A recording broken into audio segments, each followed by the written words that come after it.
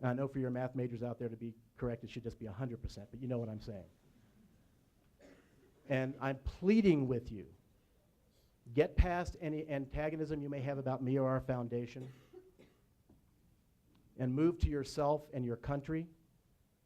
Remember what I said about the first commandment may say, no gods before me, but the First Amendment says, oh yes you can. You have to understand that we're a diverse country, e pluribus unum, out of many comes one.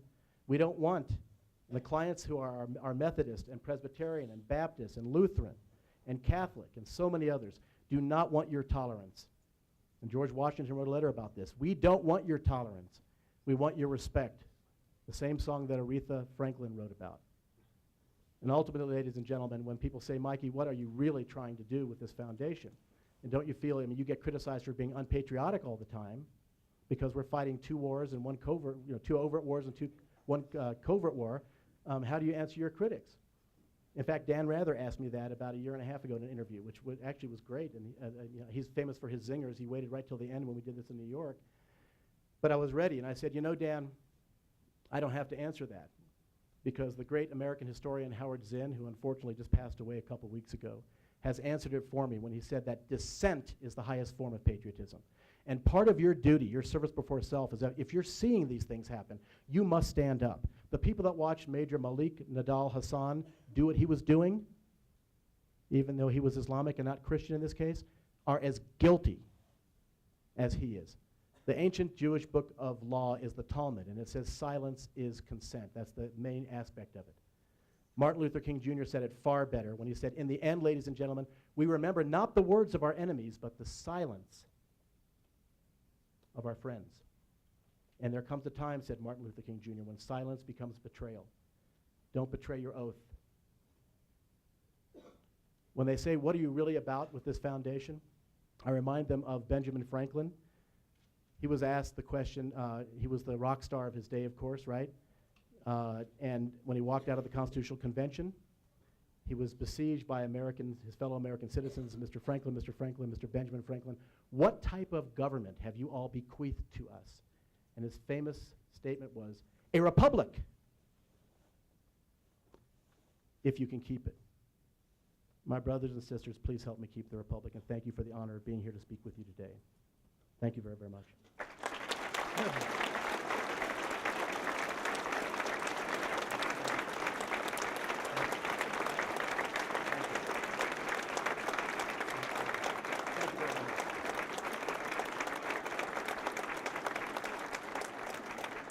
I don't know how much time we have left, but excellent. That's 1,200 seconds left for questions. Does anyone have a question? Oh, I see a hand back there.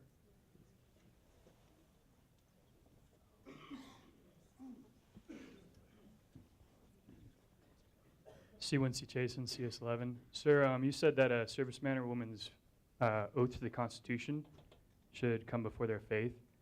Now, you're fighting this battle through the courts and stuff, and you've listed some of your enemies here at the Academy, but there, like you've said, there are people throughout all three services and the Marine Corps who can never imagine putting their faith second to anything. So what, in your mind, is the optimal solution to this kind of conflict? Is this a decision each man needs to make, or is this something the military or the government should take action on, or what? Well, I would say each man and woman, as opposed to just saying each man. And look, we're all about to go through a major experiment with the disintegration of Don't Ask, Don't Tell, right? We have over 300 clients who happen to be gay, GLBT, for the foundation. I think that one of our most prominent evangelical Christian supporters is David Iglesias. You're familiar with the U.S. attorney firings that happened 3 years ago. Remember that, guys and gals? He was the lead U.S. attorney. He was the U.S. attorney in New Mexico. David is an extreme conservative, right-wing Republican, born-again Christian. He and I stopped being friends years ago and became brothers. He was a huge supporter of ours, and we felt that one of the reasons he might have gotten into hot water was because of his support of what we were doing. I asked David, how do you lead such a strong Christian life without proselytizing to the 200 people that work below you in the U.S. Attorney's Office? Since he got fired, by the way, he's now an 06 Navy JAG handling the Gitmo cases. He's in Washington. And he said, he gave several quotations, which I could give you out of the New Testament. I think I know the New Testament better than I know the Old Testament now, with regard to leading by example. And I think that was an excellent question by the cadet first class there. I think that the worst way to do this is to have the Air Force, Navy, or Marine Corps and Army come down with new guidance or regulations. We don't need them. They're already in place. They're just not being enforced. Now, everybody's against rape and sexual assault, but I'm telling you that if you are the victim of this, and I know we have some of them here today, I know that you're in the room today. You feel like you're the victim of a religious predator, because if you're even being gently evangelized by your military superior, get the hell out of my face, sir or ma'am, is not an option for you. So they come to us and we do it very forcefully. But this is a good question I think that you should ask your academy leadership, because I know that the superintendent has a great answer for that. I don't know how he does it, but he does it. And it's I know there's this great zeal. I understand that you're saying I would never put my faith below my country. But that's what you do when you take the oath. That's what you do. We're not saying you forget about God. We have thousands of chapels and chaplains assistants. Some of them are here today. We're not doing that. What we're saying is that you cannot use your position of military authority. I mean, come on, guys. We're not a complex meal like Chateaubriand. We're a hamburger. You can't use your position of military authority to push your religion on a subordinate. You can't do that if you're a shift manager at Starbucks. But that's a Title VII U.S. Code issue. It's much different in the U.S. military. I was a JAG for 10 years. In the U.S. military, we have a completely different code. I can sit here and say, President Obama is a terrible, terrible president. I hate him, even though I voted for him. And that's not how I feel, but I can say that. You can't.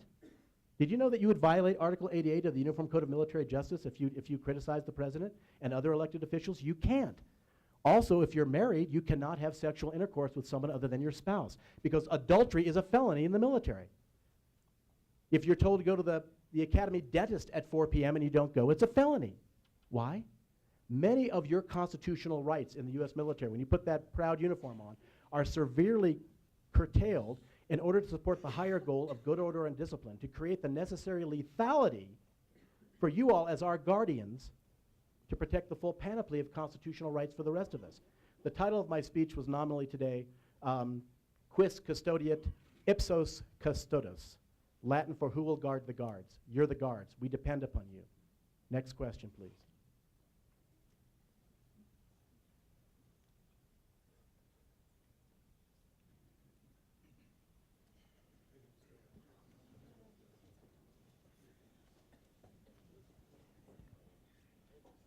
C1C Harry Dale. First, Mike, I want to say I appreciate you coming out and talking to us. Please call me Mikey. The only one that calls me Mike is my wife when she gets pissed off, so it freaks me out. Thanks, Mikey, for coming out and addressing us. Don't get so familiar. I'm just kidding, buddy. Go ahead. And congratulations on almost being a second lieutenant. Thanks, sir. My main question revolves around defining proselytizing. It's a term you brought up a lot. Right. And I know that I can speak to this myself. I wasn't a Christian my entire life, and nobody tried to proselytize me. I kind of walked into it and made the decision on my own regard.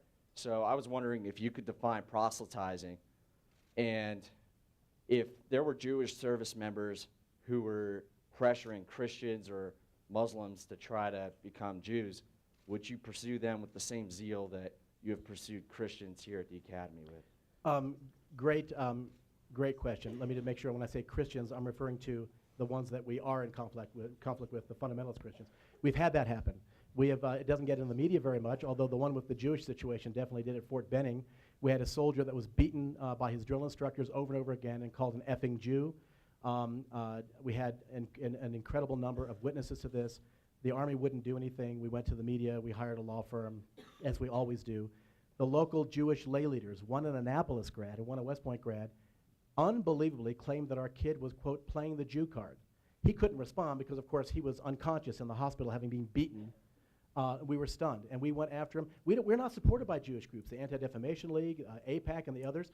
The biggest group that supports us universally is the California Council of Churches, ladies and gentlemen, which, by the way, is 5,500 Protestant congregations, 21 different Protestant denominations, and 6.5 million directly and indirectly California Protestants. So the answer to your question is if we would see a Muslim, we've not ever had a situation like that. We have had rare situations with Catholics. One was a wing commander that we went after.